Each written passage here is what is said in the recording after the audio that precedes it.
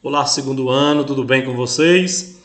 Vejamos que nós vamos agora adentrarmos o capítulo 3 de filosofia, e esse capítulo traz para nós uma temática para continuar toda essa discussão que nós estamos fazendo em torno da sociologia, desde o período socrático, né? Fazendo assim todo esse apanhado a partir de Sócrates, de Platão, de Aristóteles. E quando nós falamos no período helenístico da filosofia, nós temos aí a figura do grande Liceu, não é? A escola criada por Aristóteles. E ali naquela escola teria recebido a influência de uma educação toda moralista, de uma educação toda filosófica, o grande Alexandre Grande, que vai ser aí para nós o referencial desse período da filosofia helenística. Então a filosofia helenística seria esse período. Primeiro nós vamos entender que a filosofia helenística ela seria esse período, não é, das grandes escolas filosóficas. Nós vamos ver aqui as grandes escolas filosóficas: epicurismo, né, ceticismo, estoicismo. Nós vamos estudar cada escola dela. Cada escola dessa nós vamos estudar em uma aula, para que a gente possa entender, porque elas são muito aí cobradas no Enem, cobradas no vestibular da UEMA, cobradas no vestibular da UPE, certo? E em outras faculdades que nós encontramos a prova de filosofia. Então vejamos, esse período seria esse período de grandes correntes filosóficas, né? Esse contexto histórico, ele é caracterizado aí pela decadência das cidades-estados, ou seja, a polis grega, ela agora não vai ser vista mais só como aquela unidade geograficamente, mas agora nós vamos ver aí a expansão, não é, desse conceito de polis, de cidade, né? Nós vamos ver a fusão cultural, não é, entre o Oriente e o Ocidente, o esplendor cultural, né, a expansão do Império de Alexandre Grande. E aí nós vamos também ver aí e perceber que esse período seria um período ético, né? A busca pela ataraxia, o que seria isso? Não é? A busca pela paz espiritual, por aquilo que mantém a nossa tranquilidade, mantém a nossa consciência. Então nós vamos ver o seguinte, esse período helenístico, nós vamos ver aqui inicialmente uns slides onde nós vamos fazer essa reflexão introdutória para entender tudo isso que eu já coloquei, e depois a gente vai ter um vídeo onde nós vamos fechar inicialmente essa aula, abrindo assim esse capítulo, tá certo? Então, as novas fronteiras do pensar. O período chamado de helenístico, ele vai ser caracterizado por um processo de integração, como eu disse, entre a cultura grega clássica e os povos orientais. Agora nós vamos ter aí uma cultura oriental e uma cultura ocidental, né? Esses povos conquistados agora, essa integração cultural vai favorecer o esplendor desse período chamado de período helenístico. Então a produção filosófica desse período ela vai corresponder basicamente à continuação das atividades das escolas platônicas, chamada de academia, onde Aristóteles foi aluno, e posteriormente ao Liceu, onde Aristóteles agora vai dirigir, não é, todas as formas de conhecimento, todas as artes ali dessa escola, no sentido de fazer com que ela pudesse se tornasse também uma escola de grande esplendor filosófico, de grandes ideias filosóficas, de grandes embates filosóficos. E aí,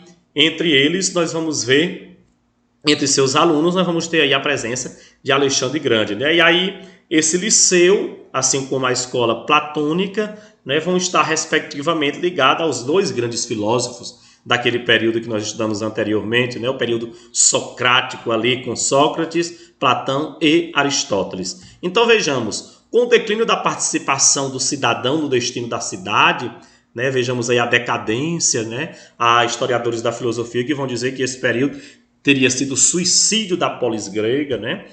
Isso por conta das guerras, por conta dos grandes contrastes que existiam ali na Grécia, sobretudo entre Esparta e Atenas. Então a reflexão política também ela vai se enfraquecer, né? Aí vai substituir a vida pública pela vida privada, né? Como centro das reflexões filosóficas. Ou seja, aquilo que agora estava na ágora, agora está voltado mais para a questão privada, para aquilo que era particular.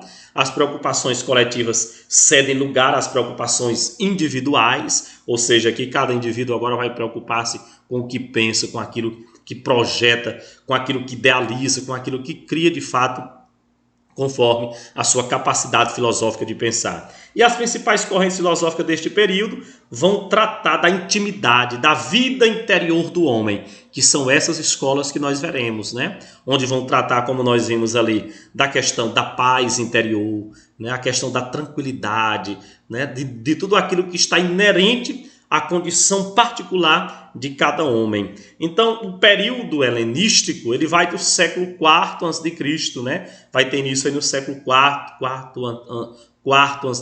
outros historiadores vão colocar 1 e 2 a.C., e aí seria caracterizado pela ascensão de Alexandre Grande, né? O Império Macedônico seria aí o centro do mundo, de toda a discussão filosófica, de todo o poder político, o fim definitivo da polis, né? O fim da política, o fim da esfera pública, o fim da democracia, né? O Estado de Direito e soberania popular, da tirania absoluta. Então, esse período ele vai ser caracterizado dentro de toda essa discussão. E um grande conceito nesse período, vai estar no livro de vocês também, vai ser o que nós vamos chamar de cosmopolitismo, né? Cosmopolitismo, que seria aí dentro desse período helênico, né? A ideia da polis agora é substituída pelo ideal cosmopolita. O mundo inteiro é uma polis, ou seja, o homem citadino, ou seja, aquele homem urbano, né?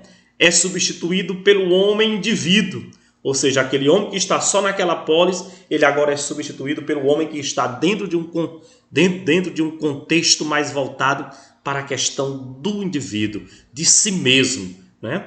A contraposição grega e bárbara, em larga medida, é superada pela concepção do homem em uma dimensão de igualitarismo universal, ou seja, o homem agora, mesmo com essa concepção individual, mas ele agora sente um ser dentro de uma dimensão igualitária universal, né? E aí com isso nós vamos também ver o grande esplendor da cultura helenística. Essa cultura helenística, ela resultou da fusão da cultura grega com a cultura oriental, né? Promovida pela expansão do Império Macedônico com Alexandre Magno, né? A Grécia não era mais o centro cultural do mundo como outrora, sobretudo a cidade de Atenas, né? Os principais centros da cultura helenística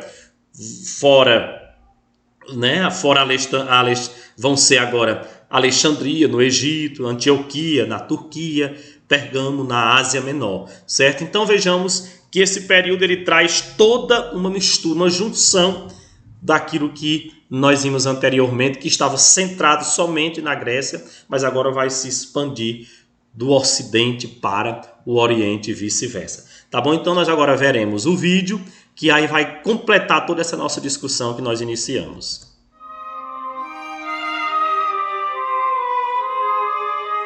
Veja, Alexandre, aqui em Frígia, um camponês chamado Górdio tornou-se o rei em agradecimento a Zeus. Ele amarrou sua carroça nesse templo dando um nó bem forte. Ah, Górdio era o pai do rei Midas, né? Aquele que tudo que tocava virava ouro. Quem mandou se meter a besta com o deus Dionísio, né, Aristóteles? Então, mas o importante é que o oráculo disse que aquele que conseguir desatar o nó Górdio dominará o mundo inteiro. Muitos já tentaram e ninguém conseguiu. Alexandre, você cortou o nó Górdio. Eu desatei o nó, não é?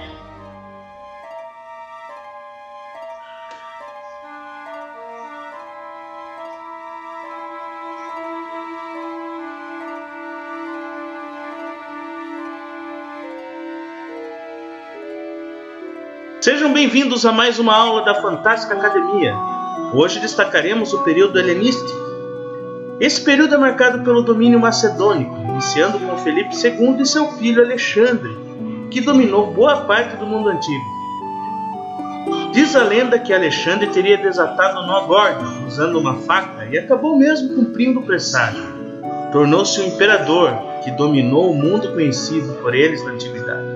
Ele ficou conhecido como Alexandre o Grande. O importante do período helenístico é a divulgação da cultura grega em todo o Império de Alexandre. A tradução nos permite compreender que helenístico significa grego, e a partir disso, a cultura ficou conhecida do Ocidente ao Oriente. Um dos legados gregos mais famosos é a filosofia. Foram um dos primeiros povos a trazer o debate da essência humana, como Sócrates, Platão e Aristóteles. O primeiro é Sócrates, que trouxe uma base sólida de conhecimento. Um dia Sócrates e Alcibíades estavam andando por Atenas quando encontraram Zópiro, um sábio persa. Sócrates, tu és feio. Sua feição demonstra que é um sujeito mau, arrogante, lascivo e ignorante. Tu és um monstro ateniense. Ei, como ousas falar assim de Sócrates? É tudo o contrário que o senhor disse dele. O oráculo revelou que ele é o mais sábio dos homens. Alcibíades, você lembra bem que duvidei do oráculo, não é? Afinal, disse que só sei que nada sei, para contrariar aquele presságio. As pessoas não podem sair confiando em tudo que o oráculo diz. Afinal, são umas coitadas, umas meninas em transe, com aqueles gases alucinógenos. Veja, Alcibíades, Sócrates acredita em mim. Nem ele diz ser o mais sábio. Ele é um errante. Sócrates é um monstro. Não fale assim, Zópiro. Sócrates é muito respeitado entre nós. Não, espere, Alcibíades. Ele está certo. Eu sou um monstro. E tudo isso que ele disse de mim. Mas ele não sabe é que eu sei conter o monstro dentro de mim. E nós devemos conhecer para saber nos conter. Por isso eu digo, conhece-te a ti mesmo. Enfim, Sócrates influenciou muito os seus discípulos. Seus ensinamentos foram registrados por Platão, que efetivamente estudou a maêutica a partir dos métodos de parir ideias de Sócrates, onde ele desafiava as sessões das assembleias de Atenas, perguntando, questionando repetidas vezes. Platão, em sua academia, sempre debatia com seus discípulos. Sabe, pessoal, eu tô a fim de escrever esses diálogos que temos nessas comemorações. Bacana, hein, Platão? E como vai chamar? Banquete de Platão. Genial! E aí, nesse livro vai debater sobre o quê? Política? Pensei mais em nossos debates sobre o amor e o ser. O debate político eu reservo à minha obra, A República. Ainda acredito que o mundo governado por intelectuais e filósofos seria o ideal. Os sábios ajudarão intelectuais a saírem da enganação, assim como eu defendi lá no mito da caverna. E Platão, fiquem indagados sobre o mito da caverna. Sim, veja bem, um sujeito que fica a vida inteira preso dentro de uma caverna e somente tem acesso ao que é projetado em suas sombras. Ele cresce com a ilusão de que toda a sociedade é o que ele ficou habituado a enxergar. Quando esse sujeito sair da caverna, ele contemplará um mundo novo, cheio de realidades. O papel do filósofo é retirar ele da caverna, não é? Sim, é isso que Sócrates tentou, coitado. Os atenienses os acusaram de corromper a juventude, obrigaram a tomar cicuta. Lembro até hoje, quando ele estava morrendo, me disse as últimas palavras. Ainda preciso lhe dizer algo, mas suponhamos que exista outra vida após a nossa vida. Se existir outra vida, não vejo problema em morrer. Contrariamente, se a vida termina com a morte, sendo desse modo, muito mais sentido tenho para morrer. Sim, agora seguimos em nossas atividades de formar novos pensamentos, não é, Platão? Aliás, onde está o seu discípulo, o Aristóteles? Pois é, não veio hoje para a academia. É Platão, você sabia que Aristóteles não poderá assumir o seu lugar aqui da academia? Queremos um ateniense para continuar o seu ofício. Após a morte de Platão, a academia não aceitou ser comandada por Aristóteles, e ele saiu de Atenas. Ele acabou entrando num acordo com Felipe II da Macedônia. Aceitou ser o tutor de seu filho Alexandre. Aristóteles teve a intenção de ensinar bons valores a ele. Um grego ensinando um macedônio foi a principal causa da difusão do conhecimento da cultura grega que influenciou outros povos. Veja, Alexandre, conhecimento é poder, meu jovem. Tudo tende ao bem, pois o bem é o fim de todas as coisas. Observe a natureza e sinta que Deus é o motor do mundo. E não esqueça, meu jovem, política é a arte de governar. De qualquer modo, Alexandre observou os ensinamentos de Aristóteles e, de um modo mais sensível, pôde construir melhor suas considerações sobre a sociedade. Foi que um dia ele estava olhando a cidade quando viu um homem caminhando.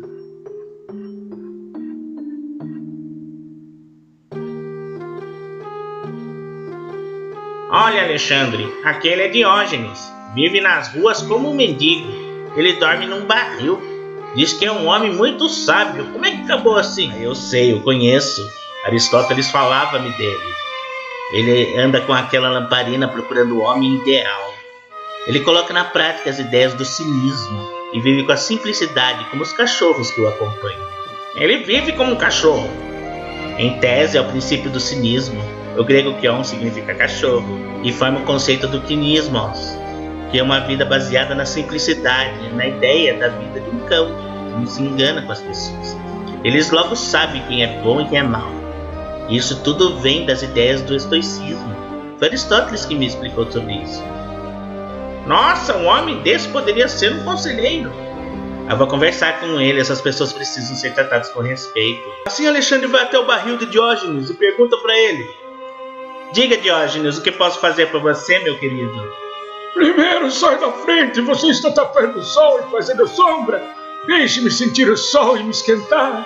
Aí sabe que queria ser com Diógenes. Diógenes era um filósofo polêmico da Grécia Antiga. Aliás, a ideia de morar num barril inspirou o ator mexicano Roberto Gómez Bolaños a criar o personagem Chaves.